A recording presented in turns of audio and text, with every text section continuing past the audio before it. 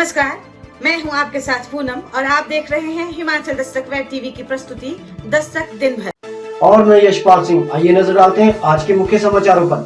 हिमाचल प्रदेश के विश्वसनीय jeweller Bhushan jewellers Solan. Shillai Bhajpa नेता नहाते हुए टोंस नदी में डूबे, सर्च ऑपरेशन जारी, नहीं लगा कोई सुराग। 1139 कर्मियों की नौकरी खतरे में, घाटे से जूझ रही जीवीके ने 15 जुलाई से 108 एम्बुलेंस सेवा बंद करने का लिया निर्णय। नेपाल के साथ साथ सिरमौर, मंडी, चंबा से भी बागवानी श्रमिकों की जाएगी व्यवस्था, मुख्यमंत्री जयराम ठाकुर ने दी जानकारी। सेब बागवानों पर दोहरी मार, मजदूर न मिले तो होगा 450 करोड़ का नुकसान, स्कैब रोग भी ढाएगा कहर। जल शक्ति विभाग के भवन पर गिरा टिप्पर, भरमौर के साबनपुर में पेश आया हादसा। इस बार रस्मी तौर पर मनाई जाएगी चंबा मिंजर, केबल नेटवर्क पर घर बैठे लें कुंजड़ी मल्हार का आनंद। कुन्नू कुफरी राज्य सड़क 3 दिन से बंद, थरकी के पास लैंडस्लाइडिंग से ग्रामीण मुश्किल में।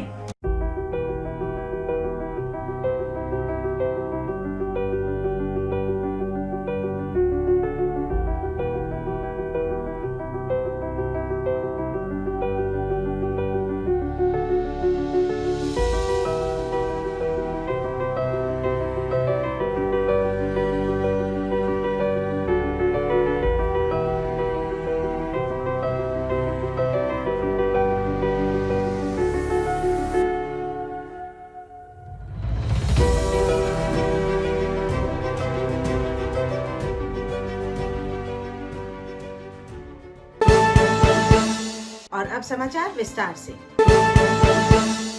शिलाई उपमंडल में बहने वाली टोंस नदी के समीप नहाते हुए शिलाई भाजपा उपमंडल उपाध्यक्ष डूब गए।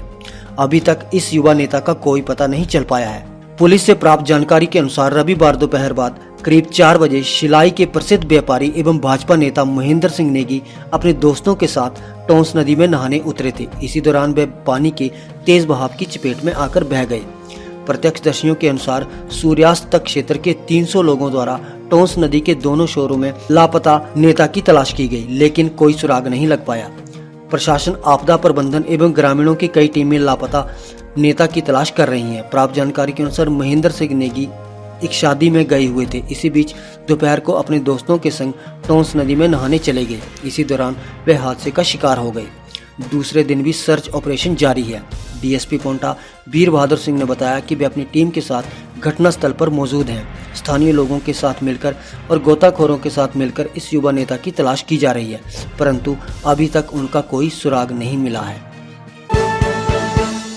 हिमाचल प्रदेश में जीवीके कंपनी द्वारा संचालित इमरजेंसी एम्बुलेंस सेवा 108 पर संकट के बादल मंडराने लगे हैं। आर्थिक संकट की वजह से कंपनी ने 15 जुलाई के बाद सेवा बंद किए जाने का निर्णय लिया है। इस बारे में निदेशक राष्ट्रीय स्वास्थ्य मिशन को भी लिखित सूचना दे दी गई है।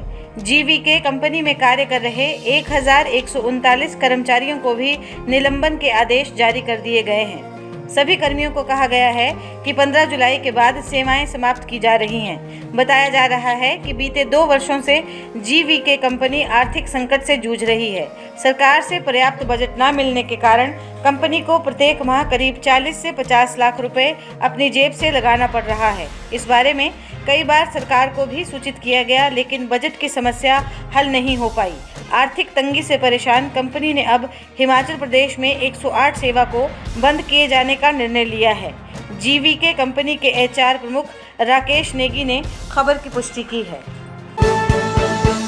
मुख्यमंत्री जयराम ठाकुर ने सोमवार को शिमला से वीडियो कॉन्फ्रेंसिंग के माध्यम से जुब्बल क्षेत्र में करोड़ों रुपए की विकासात्मक परियोजनाओं के उद्घाटन और शिलान्यास किए। इस दौरान मुख्यमंत्री जयराम ठाकुर ने कहा कि बागवानी हमारी अर्थव्यवस्था का प्रमुख आधार है। राज्य सरकार ये सुनिश्चित कर रही है कि लॉकडाउन के कारण बागवानी गतिविधियों पर असर न हो। सरकार ने बागवानी और कृषि गतिविधियों को लॉकडाउन से बाहर रखा है। गत्ता फैक्ट्री को कार्य करने की अनुमति दी गई है ताकि गत्ता पेटियों की कमी न हो। उन्होंने कहा कि बागवानों के लिए न केवल नेपाल से परंतु सिरमौर, मंडी और चंबा जिलों से भी पर्याप्त श्रमिकों की व्यवस्था की जा रही है ताकि बागवानों को किसी प्रकार की दिक्कतों का सामना न करना पड़े। बीच में ये भी विषय आया कि सेब के सीजन के लिए पेटियां कहां से आएंगे, बारदाना कहां से आएगा, उसका प्रावधान कैसे किया जाए। हमने कहा उसके लिए भी विशेष योजना, हमने विशेष परिस्थितियों में जहां हमारे जो पैकेजिंग का जो मटेरियल बनता है उन इंडस्ट्री को ओपन करने की भी इजाजत दी। और आज मुझे इस बात की प्रसन्नता है कि जितनी हमारी रिक्वायरमेंट है, जितनी हमारी आवश्यकता है पेटी की, बारदाने की, कहीं भी मुझे लगता है कि हिमाचल प्रदेश में कमी नहीं आने वाली है, क्योंकि हमने समय रहते ये निर्णय ले लिया। तो ये बहुत बड़ा चिंता का विषय उस वक्त होना था कि आखिर बारदाना कैसे आएगा इस कोरोना के दौर में। और उसके साथ साथ में और भी चीजों को लेकर के बात आई। जिस बात का जिक्र यहाँ पर डॉक्टर जी कर रहे थे कि लेबर और शिमला जिला, कुल्लू जिला, खासतौर से यहाँ पर प्रदेश के बाहर की लेबर आती है, और प्रदेश के बाहर नहीं, देश के बाहर की लेबर ज्यादातर काम करती है, नेपाल की लेबर काम करती है। वो हमारे लिए चिंता का विषय बना हुआ। अभी तक भी थोड़ी बहुत बात को लेकर के हम उसमें कामयाब हो रहे हैं, लेकिन फिर भी उसके बावजूद मुझे इस बात को लेकर के संतोष है कि अभी भी बड़ी संख्या में रोज जो है नेपाल की लेबर पहुंच रही है।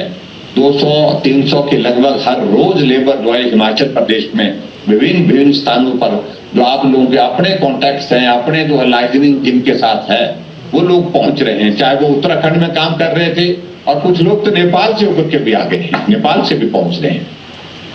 तो इस बीच में हमने एक विशेष बैठक की, इसलिए बैठक की कि हमने कहा कि भी कहीं अगर कमी रह जाती है, अगर नेपाल की अगर लेबर नहीं आती है, तो उस तरह से उस सेब का करेंगे क्या। जो सेब पेट पर तो लगेगा, लेकिन मार्केट में पहुंचाने के लिए अगर लेबर नहीं होगी तो उस परिस्थिति में हम काम कैसे करेंगे, उसका लाभ कैसे लेंगे। इस बात को सुनिश्चित करने के लिए हमने ये भी तय किया कि हिमाचल प्रदेश के अंतर्गत कहां से हमको लेबर उपलब्ध हो सकती है। उसमें बात आई कि सिरमौर जिला है, सिरमौर जिला से हम लेबर मुहैया करा सकते हैं। हमने डिप्टी कमिश्नर की कोऑर्डिनेशन कमेटी बनाई है, उसके माध्यम से, उनके माध्यम से वो प्रयास चल रहे हैं, और उसमें भी मैं समझता हूं कि काफी लोग वहां पर उपलब्ध होने वाले हैं।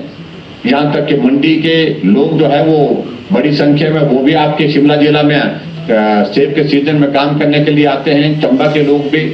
तो हमने इस प्रकार से कोशिश की है कि लेबर अगर बाहर से नहीं आ पाते तो कम से कम आपके हिमाचल प्रदेश की अपनी लेबर जो दूसरे जिलों से जो लाई जा सकती है, उसके लिए प्रयास करें। ये पहली बार इस प्रकार के प्रयास।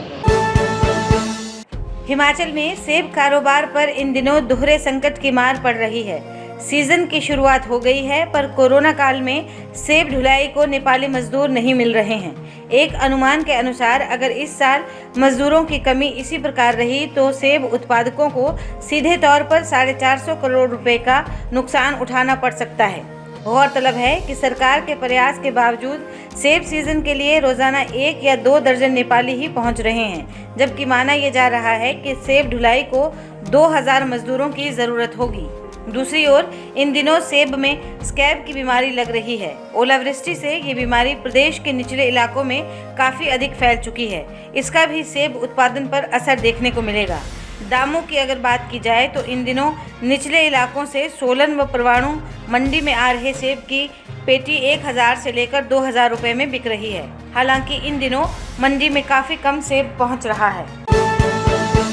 खड़ामुख भरमौर राजमार्ग पर सोमवार दोपहर बाद एक टिप्पर दुर्घटनाग्रस्त हो गया। उपमंडल मुख्यालय से सटे सावनपुर गांव के पास ये हादसा हुआ है।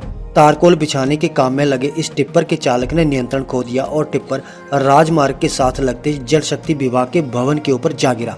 गनीमत ये रही कि हादसे में कोई हताहत नहीं हुआ। जिसमें हादसा हुआ उसमें टिप्पर में केवल चालक ही सवार था, जो पूरी तरह से सुरक्षित है। पारंपरिक एवं सांस्कृतिक विरासत की प्रतीक मिंजर को इस बार रस्मी तौर पर ही आयोजित किया जाएगा। इसके आयोजन की रूपरेखा को लेकर बचत भवन में चंबा के विधायक पवन नैयर की अध्यक्षता में संपन्न हुई बैठक में ये फैसला लिया गया कि 26 जुलाई को कोविड-19 के दिशा निर्देशों के मद्देनजर मिंजर मेले का रस्मी तौर पर आगाज किया जाएगा। शुभारंभ के मौके पर पूजा अर्चना के साथ मिंजर अर्पित की जाएंगी। इसी तरह 2 अगस्त को मिंजर के समापन को भी रावी नदी में मिंजर प्रवाहित करने के साथ पूरा किया जाएगा। बैठक में ये फैसला भी लिया गया कि 26 जुलाई से प्रतिदिन सायं कला केंद्र से पारंपरिक कुंजड़ी मल्हार गायन प्रस्तुत किया जाएगा, जिसे केबल नेटवर्क व अन्य माध्यमों से भी प्रसारित किया जाएगा ताकि लोग घर बैठे इसका आनंद ले पाएं। चौगान मैदान में अंदर जाने के लिए अन्य लोगों को अनुमति नहीं रहेगी। बरसात के मौसम में बेशक सरकार ने सभी विभागों को मुस्तैद रहने को कहा है, लेकिन शायद पद्धर प्रशासन इसे गंभीरता से नहीं ले रहा है। विभाग का उदासीन रवैया लोगों के लिए कभी कभी परेशानी का सबब भी बन जाता है। जानकारी के अनुसार पद्धर उपमंडल के कुन्नू कुफरी राज्य सड़क थरकी स्कूल के पास ल्हासा गिरने से 3 दिनों से बंद पड़ी हुई है, जिस कारण लोगों को भारी दिक्कतों का सामना करना पड़ रहा है। ग्रामीणों ने कहा कि ठेकेदार के माध्यम से इस सड़क का कार्य निर्माण हो रहा है, तब भी सड़क से मलबा नहीं हटाया जा रहा।